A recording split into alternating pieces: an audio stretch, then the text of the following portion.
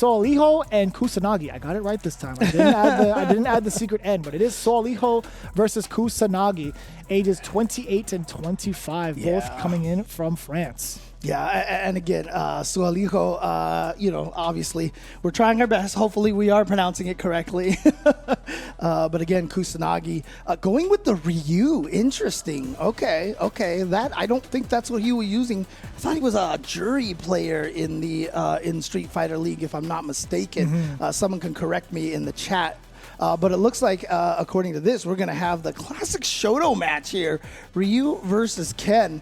And yeah, I mean, is this going to be a match to really determine who the worst Shoto is? Oh, I thought you were going to give me like an Alpha 3 quote or something. Oh, no. Like I felt like it was brewing a little bit. I don't know why, but like the voice sounded like it. But fun fact, Kusanagi also has a backup Luke just in case. Oh, okay, right? So that's going to be like actually, yeah, he might have been a Luke player before. Okay, that's what it is. I think that's what it is. So. It might have been. It's been a while, to be quite honest with you. But here we go. It's going to be Ken versus Ryu. Battle of the Shotos to see who actually gets to hang out with Akuma. Face it straight. That's right. Listen, man. Akuma, to me, is goated. Okay? You're just talking about character in general, right? Yeah. Right, James. Right. I'm cracking open the Red Bull for this one. Oh, man. But here we go. Look at this. Soualiho being very aggressive at the start here. But, you know, that blade kick right there from Ryu is such a good tool to space out. Obviously, can be weak to drive impacts, but most people aren't going to be just Oh my out. God, that was the meanest. He hit him with his elbow. Dude, the middle of his forehead was on his elbow. Dude, you know, I've always said, I think even though he wasn't a crazy fireball dude, which he, you know, standard is in most fighting games, one of my favorite things is Street Fighter 3 Ryu, who hits like a truck. Like, I love Ryu that hits like a truck, and that's what they made him in this game, and I love it. What a pickup! That was sick! Oh, that's huge. Bang! Look at the damage. He tried to go for the reset. That's fine. That's totally fine because it was drive rush overhead, right? So he still managed to get the counter hit. However, Kusanagi is now starved. He has to be playing on the back foot. And you know what? If he wants to burn out, he has to do it by his own means. Yeah, that's totally fine. Exactly. That was the intention right there. If I'm going to burn out, I'm not going to do it on block. What a confirm into the Shin Shoryuken. He's got softballs for biceps. I'll tell you what, man. If they keep going on, if there's a next version of like Ryu that gets buffed, it's going to turn into a bowling ball, I promise you. But again, that was a very smart conversion. I think overall the game plan from Kusanagi while in burnout was very well played. Yeah, again, if you have projectiles too, it does kind of make it so it's a little bit easier to keep people out. I mean, that's what we say about Luke all the time, right? He's so good at staving off burnout because of his sandblast. Oh, nice OD. I still don't know what he says when he does like a OD fireball. It sounds like, cheers, fam! I swear, dude. That's what it is now, from now on. Cheers, fam. That's what he says. Come on, I promise you. Kusanagi, you got to throw another OD fireball just so I can hear. Just so I can hear. You can't do it while in burnout. No, not like this. Not in this particular suit. Oh, overhead. Reset. That's a great time to sneak it in as well. Great time for Kusanagi to start pressing buttons on the counters. Again, this counter-poking strategy has worked out so well. It all started with that crouching medium punch. This is huge. Well, could have been a little bit bigger. It's fine. Plus, yep, the meaty on that one. There you go. Nice. Using the active frames to give himself some plus frames. Ooh. That's tricky. Yeah. That's very tricky. And not too expensive. Yeah, there's a lot about, you know, these days learning how to drive rush and having backswing blow moves or things that stop your momentum, right? Because people have gotten good at checking drive rushes. Yeah. And that's it's good intel to know the intent about that. And again, good awareness in mind to know that he was within range of the punish for this dang roundhouse. It gives him everything here. And Soualiho not going to give him the opportunity for any corner pressure. Instead, dugga Tasty Steve back to the corner. Back throw, yep. And this is a big opportunity for Soualiho now. He's going to get the confirm. He's going to go for the level 3. He wants to put Kusanagi as close to burnout as possible and, you know, potentially give him a lot more rounds to build all that meter back.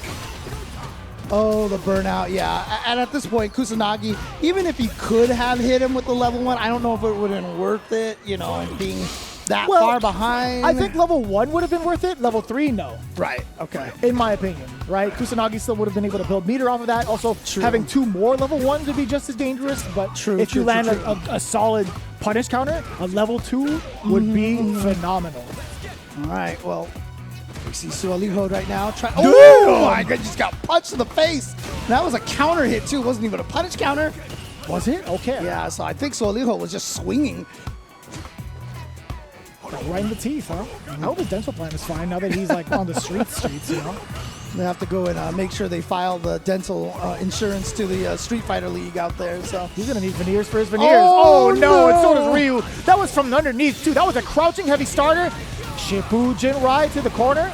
All the way to the corner over here. So what's the he Do it did again! Just baited him out, and you know what?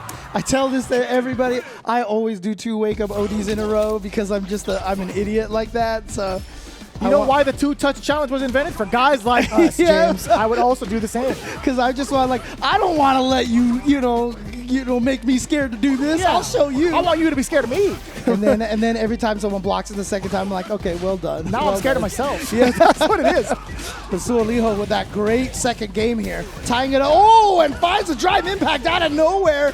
Kusanagi not ready for that. Oh, there's that meaty stand heavy punch again.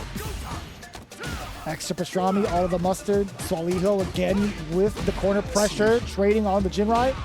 Ken's corner pressure is still so terrifying, but back throw, this is huge for Kusanagi because now look at this. He's like, now I got the, oh no! Oh, that was a hit. No! That was a hit. He wasn't expecting it to hit. He was already on the route to go for the tick throw. Yeah. Instead of confirming off with a stand jab, which is reasonable, right? I think Kusanagi, some people are ready for it, some people are not. It was a split-second decision. And the worst thing about it was because that throw whipped, it put him into a punish counter state. So that throw did 2,000 damage, which is why he died. Otherwise, he would have lived.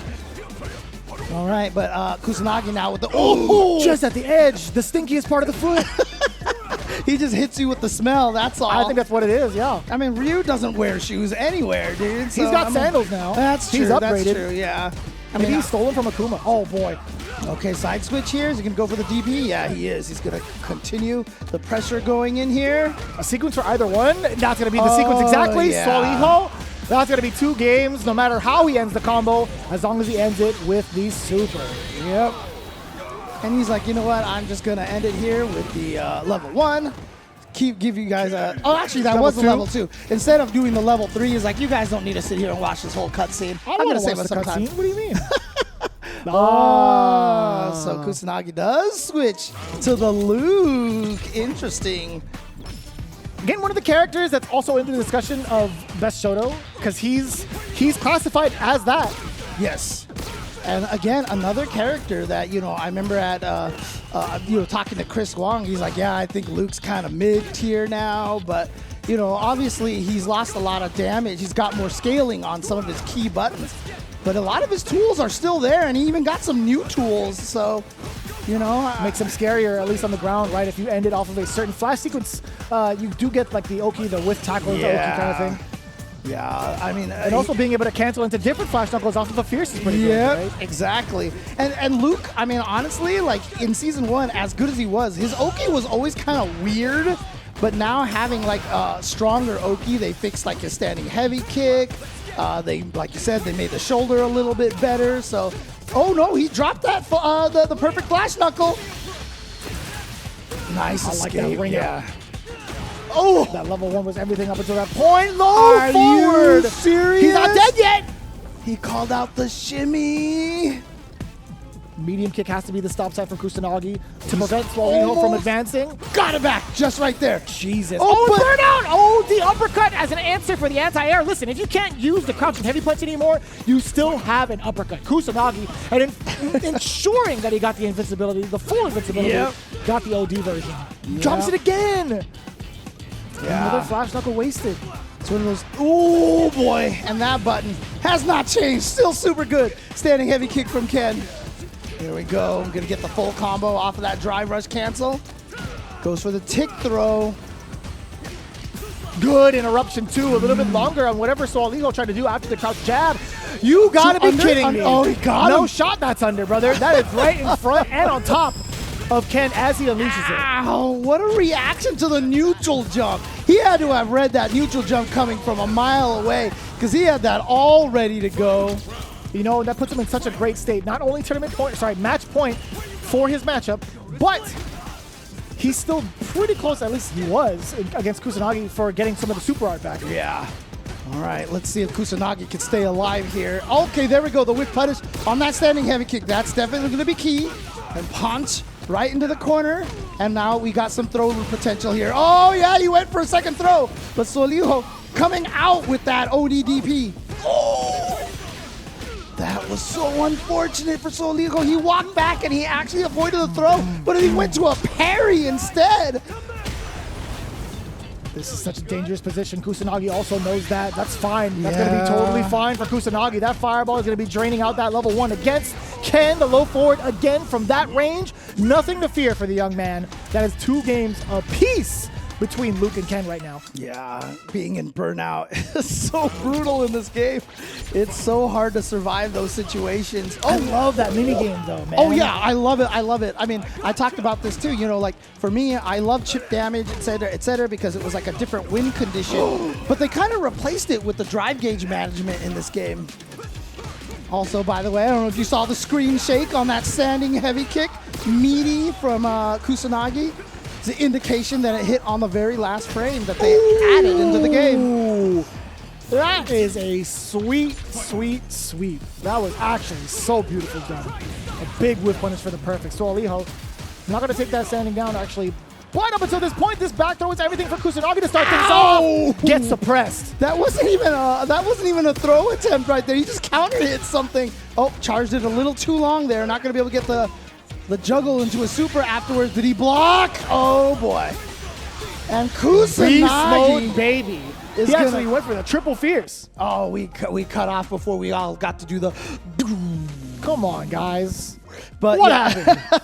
Kusanagi making that comeback in game number 4 and then taking it in dominating fashion in game number 5. The switch to Luke paying off here and doing work for Kusanagi. You love to see it there. But I mean, I did love to see the Ryu as well. Clearly a character he knows very, very well. Yeah, and it wasn't even a bad look too. I think the way Kusanagi had played it out, he had the upper hand a little bit. I think a couple of the instances here is the pressure where Soualiho kind of just drowned him out. I think most of the time Ryu won't really have the necessary tools, or actually he's going to have very similar tools, not the necessary tools, very similar tools to what Ken wants to do to try to bust out. So it's kind of easier for Soualiho to kind of make that prediction, right? Yeah, for sure. And you know, we do see the switch to the Luke after this, and you know, I've often said, like, I saw someone else mention this. I forgot if it was Mena or something, but you know, being a Ken or a Luke player or even a Ryu player is kind of nice because it's not as hard to switch between those 3 characters in a tournament because they're, you know, obviously they don't play exactly the same. They've got a lot of subtle differences, but, you know, mindset of having the ability to zone with the DPs